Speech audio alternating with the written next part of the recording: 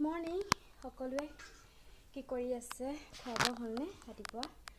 মই চাহ খালোঁ আৰু ছোৱালীলে বনোৱা খিচিৰি অকমান আছে সেইখন খালোঁ খাই পিনি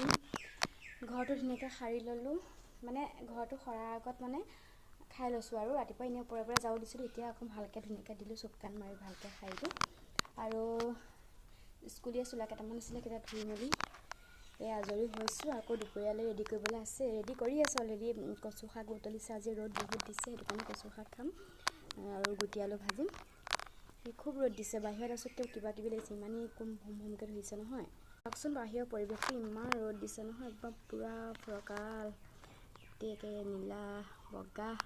আকাশখন এই আমাৰ ফুলজোপা ধুনীয়াকৈ ফুলি আছে চাওকচোন আৰু এজোপা আছিলে ৰেড কালাৰ সেইজোপা মৰি থাকিলে কিহৰ কাৰণে জানো আৰু ইমানেই ৰ'দ দিছে যে বতৰটো চাওকচোন বহুত ৰ'দ দিছে তেনেহ'লে আজিলৈ আহিছোঁ বাই।